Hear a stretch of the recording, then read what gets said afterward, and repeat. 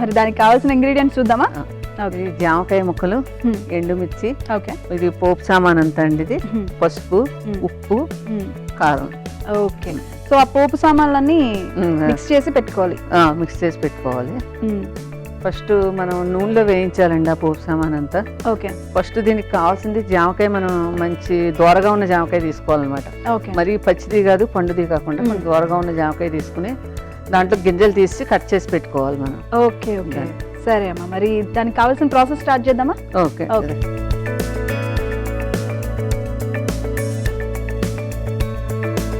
ఒక spoon oil వేయాలండి first. Okay,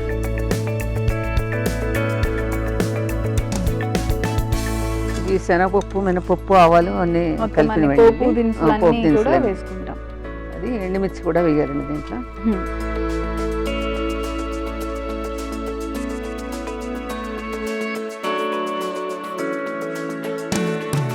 సరే, మరి ఈ వంటలు ఇవి కాకుండా మీరు క్రాఫ్ట్స్ చేస్తా అన్నారు.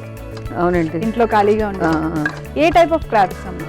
అంటే ఆర్ట్ అండ్ క్రాఫ్ట్ చాలా చేశాను నేను. సఖీలో కూడా చేశాను నేను, చాలా ప్రోగ్రామ్స్ చేశాను నేను. అది ఓకే ఓకే, ఈ మధ్యన వెళ్ళలేదు, అంత ముందర చాలా చేశాను అనమాట. Arts and crafts. Art and crafts. Okay, so talented అనమాట బాగా మీరు.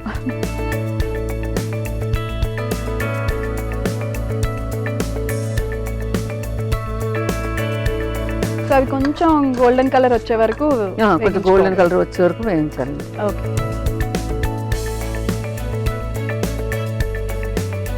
సో ఈ రెసిపీ స్పెషాలిటీ ఏంటి? ఎక్కడ చూసారు? మీ ఓన్ రెసిపీనా లేకపోతే ఏంటి?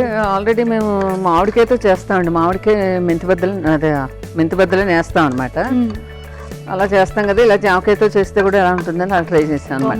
మీరు ట్రై చేశారనమాట. సో జామకాయ సీజన్, అదే మామిడికాయ సీజన్ లేనప్పుడు జామకాయతో ట్రై చేసుకోవచ్చు. అవునండి, ఒకసారి చేసి చూసాము, బాగానే ఉంది, ఇంకా కంటిన్యూ చేస్తారనమాట.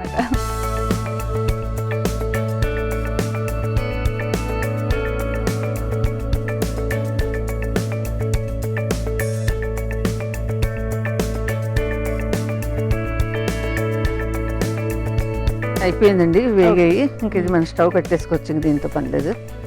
ఓకే, ఇంకా అయిపోయినట్టే. ఇది మనం మిక్సీ చేసుకోవాలండి, ఇది పౌడర్ కింద. ఓకే, సో ఇప్పుడు దీన్ని మనం మిక్సీ చేసుకోవాలి, పౌడర్ కింద అవుతుంది. ఓకే, అప్పుడు మనం ఒక బౌల్ తీసుకోవాలి, దీంట్లో ఈ జామకాయ ముక్కలు వేసేయాలండి. సీడ్స్ తీసేసి సీడ్స్ తీసి అందులో కలిగి కారం కూడా వేసుకోవాలి. ఇది ఓకే,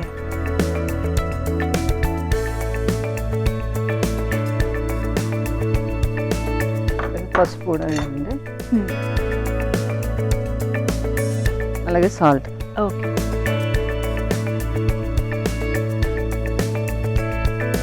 ఇప్పుడు ఇవన్నీ కలిపి మిక్స్ చేయాలి. ఓకే, సో ఇది ఎక్కడ స్పెషాలిటీ? నేను ఫస్ట్ టైం చూస్తున్నాను ఫ్రూట్తో చేయడం, అందుకని ఏ ఊరు స్పెషాలిటీ ఇది? అలా ఏం లేదండి, మామూలుగా నేను ట్రై చేశాను అనమాట. మీరు చేస్తారు అంటే మీరు మామిడికాయతో చేస్తారు జనరల్ గా అన్నారు కాబట్టి నేను ఆలోచిస్తున్న ఏ ఊరు స్పెషాలిటీ అని చెప్పి. అలా ఏం లేదండి, మామిడికాయతో చేసాము, అది బాగుంది, ఇలా కూడా చేస్తే ఎలా ఉంటుందని. ఓకే, దీంట్లో కొంచెం నూనె వెచ్చిపెట్టి పోయాలండి, కొంచెం కొద్దిగా. ఓకే, ఆయిల్ వేస్తే సరిపోతుంది అన్నమాట. Only oil? కొంచెం దీంట్లో ఆయిల్ వేస్తాను. వెచ్చబెట్టిన ఆయిల్ వేసుకోవాలి. వెచ్చబెట్టిన ఆయిల్ వేసి కొంచెం అంతే, అయిపోయింది. అంతేనా? అంతే, చాలా ఈజీ క్విక్ రెసిపీ రెండు కూడా. ఇది మనం వేడి వేడి అన్నంలో వేసుకు తింటే బాగుంటుందండి, అన్నంలో కలుపుకుని తినడానికి. ఓకే, నార్మల్ గా తినొచ్చు, అన్నంలో అయినా కలుపుకొని. నార్మల్గా అంటే అన్నంలోకే బాగుంటుంది, లేకపోతే మన ఉప్మాకి, ఓకే ఓకే, దోశల్లోకి అలా నంచుకుంటే బాగుంటుంది. ఓకే, అయిపోయినట్టేనా? అయిపోయిందండి. ఓకే, మరి డిష్ అవుట్ చేసుకుందామా? ఓకే,